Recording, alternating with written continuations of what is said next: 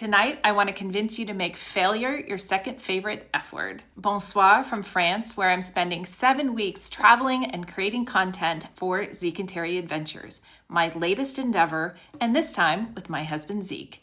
You're probably wondering, how did I get here? For that, we need to go back to 1978 when I was 8 years old at a Hayward Air Show, getting my first helicopter ride. My dad was a fixed-wing pilot and a CPA who flew a Cessna out of the Hayward Airport. Flying with him was one of the few times that us kids got alone time with him.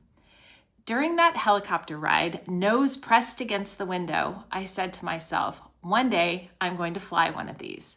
But I didn't tell anyone.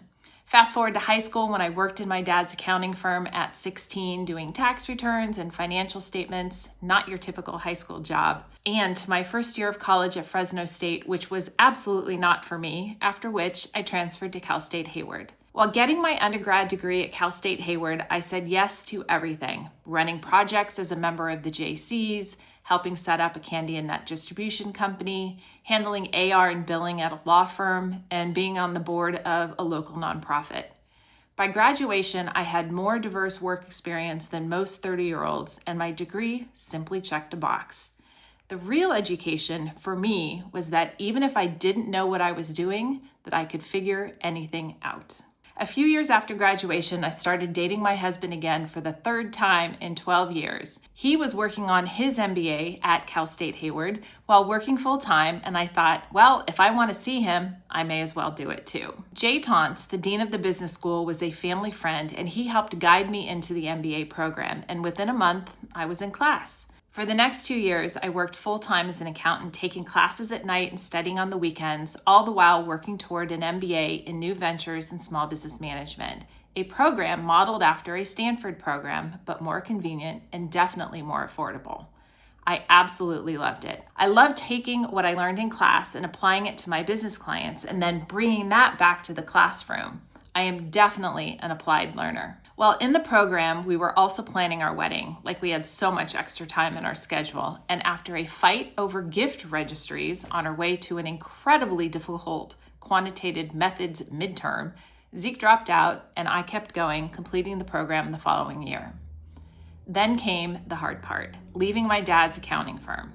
He expected me to take it over, and I could not stomach another quarter after quarter, tax season after tax season, year after year. To this day, he has not forgiven me. But that choice, painful as it was, gave me my life back. I landed at NorCal Waste Systems as a financial analyst doing a J.D. Edwards system implementation. I did not know what I'd signed up for, but I figured I'd learn or I'd leave. And turns out I accidentally found my career that would span the next 25 years in IT project management and IT strategy, eventually in life sciences.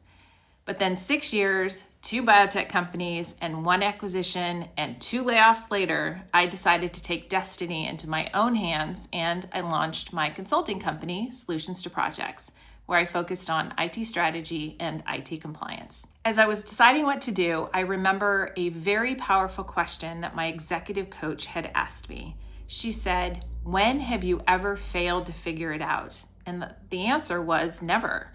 Not because I never stumbled, but because I really don't see failure as not succeeding. Failure to me is simply a failure to learn. But let's get back to the helicopter. At 37, my husband gave me a discovery flight at San Carlos Airport, hoping I'd shut up about flying helicopters, because every time we drove past, I would say, one day I'm going to fly one of those things. After the discovery flight, I said to him and to myself, if I don't do it now, I never will. Our oldest was 6, our youngest was 3. I was running a thriving consulting business, and let me tell you, learning to fly was one of the hardest things I've ever done. I had no idea what I was signing up for. I fired my first flight instructor. I doubted myself constantly, and much of the mechanics and physics of flight still baffle me. But still, I earned my private rating at 38 and my commercial rating at 45. Now, for perspective, there are only about 5,000 women helicopter pilots in the world, and only a fraction of them are commercially rated. I am so proud to be a part of this elite group, and I still get nervous before I fly. But you know what? I fly anyway, because getting above it all helps me get above it all. Plus, Plus, it's really fucking cool. A few years later, a pilot buddy suggested angel investing, so I joined Sandhill Angels. I figured I'd learn as I went along, and I set aside $55,000 to invest over 2 years as my real-life PhD.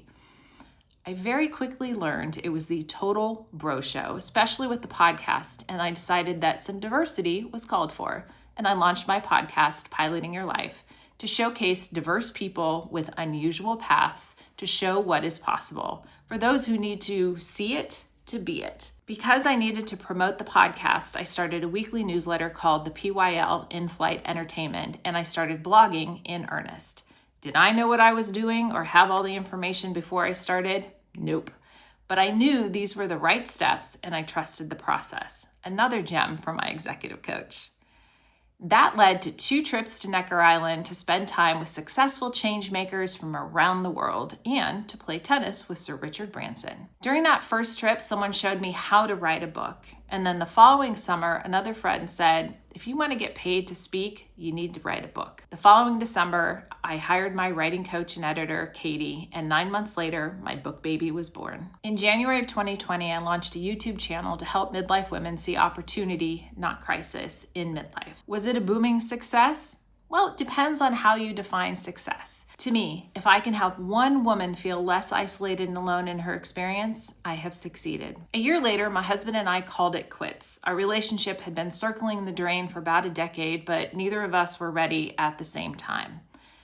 Once we did, though, we closed the door on what was, we worked on ourselves with therapy, focused on what we wanted individually, and then accidentally rebooted our relationship. Besides our extensive history and our kids, we don't have a lot of common interest. But what we do share is our passion for travel, which brings me back around to why I'm in France. In January 2024, at a very weak moment, my husband agreed to launch Zeke and Terri Adventures to inspire people over the age of 50 to get out, get uncomfortable, and go travel. But this is our new business. It's not a hobby, despite what our accountant might think. Yesterday in Nancy, after a day exploring Art Nouveau, we were having a glass of champagne on Place Stanislas, this gorgeous 18th century square, when a pack of teenage boys walked up and asked, "Are you YouTubers?" I think they saw the GoPro that was on our table. Hesitantly, we said, yes, and one handed me their phone and asked me to find our channel and hit subscribe.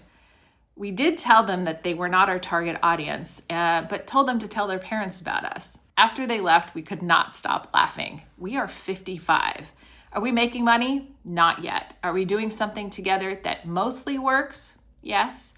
Are we learning something new every day? Absolutely. Mostly what doesn't work is evidenced by all the pasta we've thrown at the wall, but together we're building something that we are proud of, most of the time. And here's what all these crazy chapters have in common. Confidence follows action, not the other way around. I rarely had perfect information, but I did have momentum. So I will leave you with 3 takeaways. 1, act first. Confidence follows. Waiting to feel ready is how dreams expire quietly and how your life will pass you by. Waiting for the perfect opportunity means you will be waiting forever. Do not live a contingent life. 2, chase the spark, not the plan. Be an opportunist. Treat your career and your life like a series of experiments, not a single bet where there's only one opportunity to win or succeed.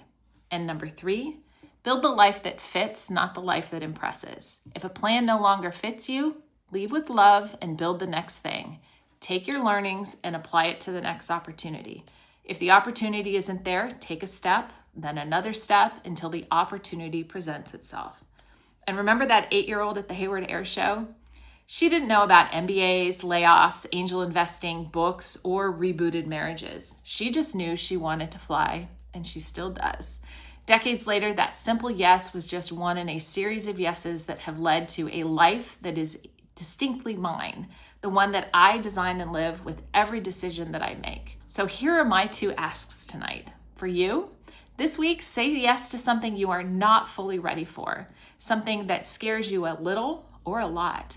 Make failure your second favorite F word, and you will find freedom to design and live a life of your own creation. For me, I ask that you go find Zeke and Terri Adventures on YouTube. Watch and like one of our latest videos, and then subscribe to our channel. And don't forget to hit that notification button so you can get notified when we release new videos.